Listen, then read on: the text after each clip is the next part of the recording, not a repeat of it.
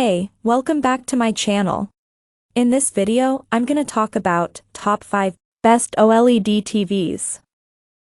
Starting at number 5. LG OLED 65G1. For the last few years, the C-Class model has been the sensible choice of each new LG OLED range. Until now, it has been the most affordable model with the latest panel and picture processing tech. Go further up the range and you might get better sound and a fancier design, but you won't get a better visual performance. Now though, LG has introduced a new OLED Evo panel that promises increased brightness and sharpness. And to get the Evo panel you have to step up to the G1. That's slightly disappointing because you also end up paying extra for a rather niche design. The G1 is designed to be wall-mounted, to the extent that there's no stand or feet in the box that you may not want. Still, if the design works for you and you don't mind forking out the extra £500, the G1 is undoubtedly the best OLED that LG has ever produced. Sound is less strong, but if you were always planning to combine your new TV with a separate sound system and the design works for you, and you've got deep pockets, the G1 should be seriously considered. We tested the G1 in its 65-inch size. It's also available as a 55-inch and 77-inch model. We've not yet reviewed these versions, but you'll see the latest, lowest prices below. Coming at number 4. LG OLED 65C1. LG's C-Series model has been the go-to pick of its OLED range for several years. It has always been the most affordable model with the company's best panel and picture processing wizardry. Spending more would get you a fancier design and potentially better sound, but the picture would be no different. That's not the case anymore. LG has introduced a new, brighter and sharper OLED Evo panel, and the C1 doesn't have it. Ultimately, in performance per pound terms, the C1 is the better buy. In fact, it's one of the most recommendable TVs available right now. We've now tested the C1 in its 65-inch and 48-inch sizes, and both are brilliant. It's also available as a 55-inch, 77-inch and 83-inch model. We've not yet reviewed these versions, but you'll see the latest, lowest prices on all versions below. At number 3. Sony XR55A90J. While Sony's OLEDs are highly regarded, it's typically hard to justify buying one over a rival LG. Historically, the Sony has a more authentic picture and better sound, but is also a step behind on features and usability, and at least a level or two more expensive. But what if Sony could produce a TV with most of those previously missing features, a more satisfying user experience, and a unique high-quality movie streaming app, all while raising the picture and sound quality to even greater heights? That's exactly what the company's done with the A90J. In performance terms, the Sony A90J is an absolute stunner. It takes OLED picture performance to new, thrilling levels while maintaining the authenticity for which Sony is justifiably renowned. However, if movies and TV shows are your priority and you have a big budget, we haven't tested a better television than the Sony A90J. Do check out the A80J at the top of this before handing over your money, though, as it offers much of, but not all, the A90J's excellence at a significantly lower price. Number 2 of my list. Sony XR55A80J. We rate products on a performance per pound basis. That's always been the what hi-fi way.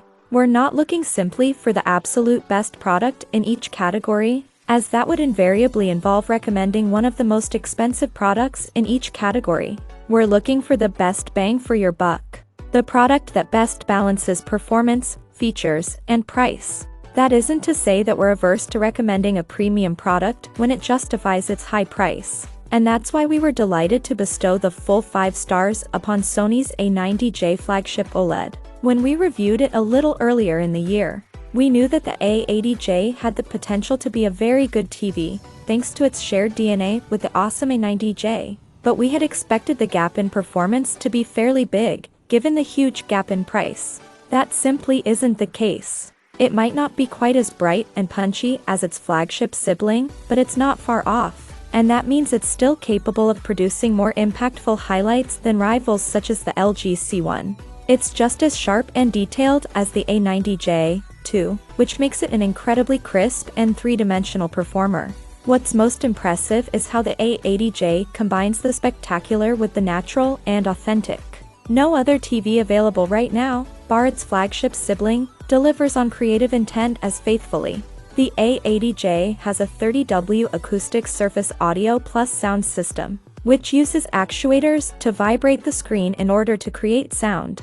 It means the audio is tied to visuals in a way that TVs from other manufacturers can't match. The sound is also weightier and more spacious than that produced by similarly priced rivals. And there's impressive punch and dynamic range on offer, too. And number 1. Philips 48 OLED 806. In a world of ever larger TVs, the 48-inch OLED remains a beacon of hope for those with more modest needs. The Philips 48 OLED 806 is one of the second generation of such televisions, which promise genuine flagship performance at a more manageable screen size, something that's impossible to find on the LCD side of the market. You might have a smaller living space, or want a great gaming TV. A screen for the bedroom or perhaps the 48-inch option is a compromise with your less AV enthusiastic housemate. Whatever the situation, the 48-inch OLED is an excellent choice. And the Philips 48 OLED 806 is the best 48-inch OLED you can currently buy. It takes more effort than most to find the best picture settings, and the default picture presets offered for each signal type are often less than ideal. Dolby Vision signals don't activate a proper Dolby Vision mode, for example, but with a bit of tweaking the OLED 806 can be made to look both very accurate and supremely sharp and punchy. One sockets that support 4K at 120Hz, variable refresh rate and auto low latency mode. Input lag is very low, at around 14 milliseconds, and there's an HGIG picture setting for more accurate HDR tone mapping.